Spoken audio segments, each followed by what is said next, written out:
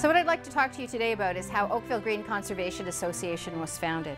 It was founded in 2000 by 4 citizens who were concerned about the town's plans to develop 7,600 acres of land in North Oakville. That's a tremendous amount of land to be developed, and so the citizens thought this was a really important thing to get right because it affected the future of the town forever.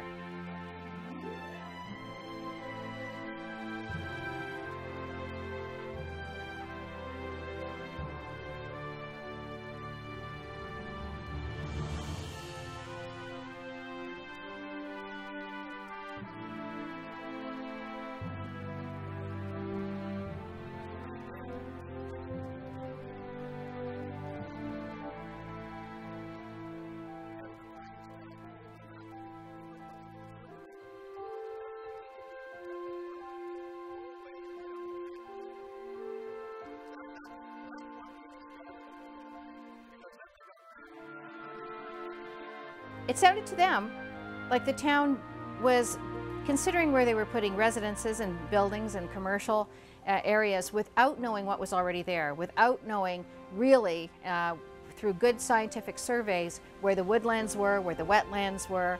They'd also heard there was a moraine up there, and a moraine is an area of land that feeds water into the local creeks and streams.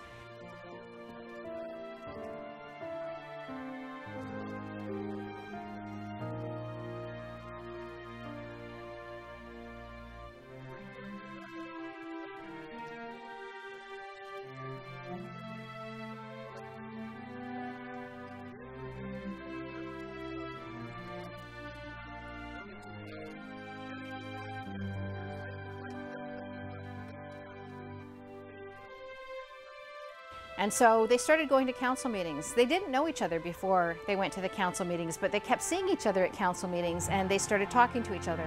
And I've always said citizens meeting and talking to each other is a very dangerous thing.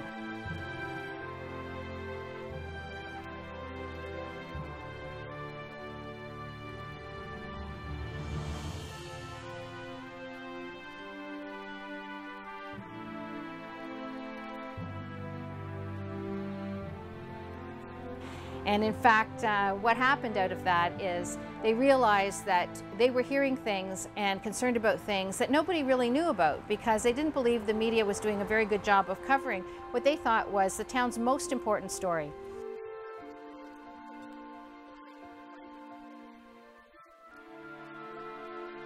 And so they started emailing their friends and their relatives and everyone they could think of and started telling them what was going on at Town Hall and why it was important.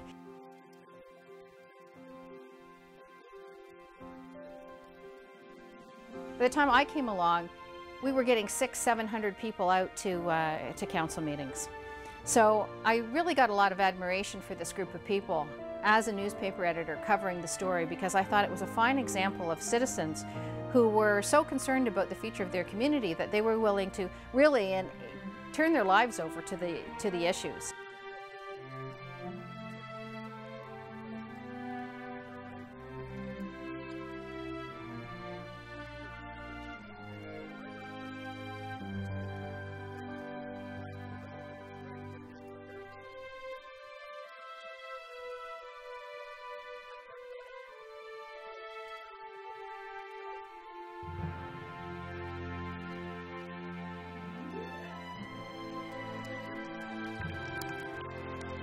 What ended up happening over time, it was a long battle. It was an 8-year battle altogether by the time it finally went to the OMB. But they did get the town to do a proper scientific survey of that land. And from that survey, they asked that a natural heritage system be created. And this was something new in planning, something exciting that hadn't really been done in a comprehensive way before. And so what they wanted was to preserve the most important ecologically sensitive areas, to put buffers around them to protect them over time, and to link them together so that species could travel, both plants and animals could travel back and forth through these corridors to keep those areas at sort of their optimum ecological performance.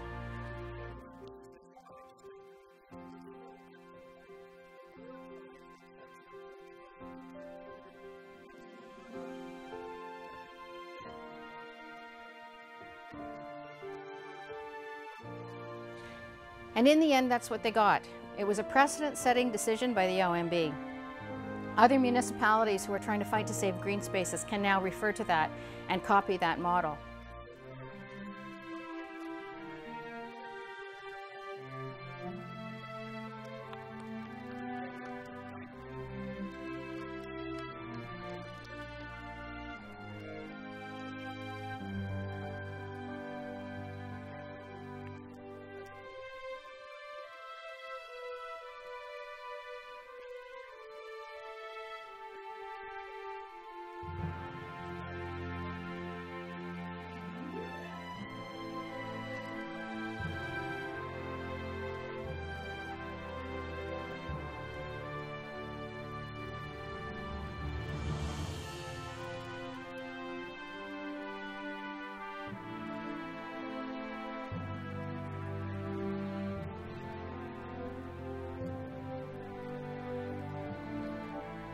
And in fact, it's had a lasting impact on our region, because in the region of Halton's new official plan, they have also created a natural heritage system.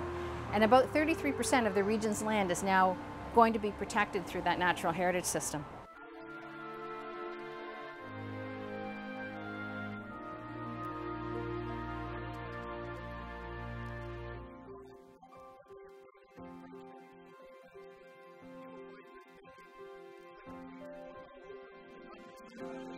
That was Oakvillegreen's big battle and a major victory for us, and I hope a victory for many other communities. A whole bunch of things came out of that. It wasn't just the creation of the natural heritage system. 3 of our original directors went on to become town councillors. And I think over time, the composition of council has changed dramatically. Started with those 3 councillors, but more green councillors have been brought in as citizens became more aware of the environmental issues in the community through Oakvillegreen and the importance of creating a sustainable community and fighting development that is out of sync with a sustainable vision for the community. We've seen a change in how people vote.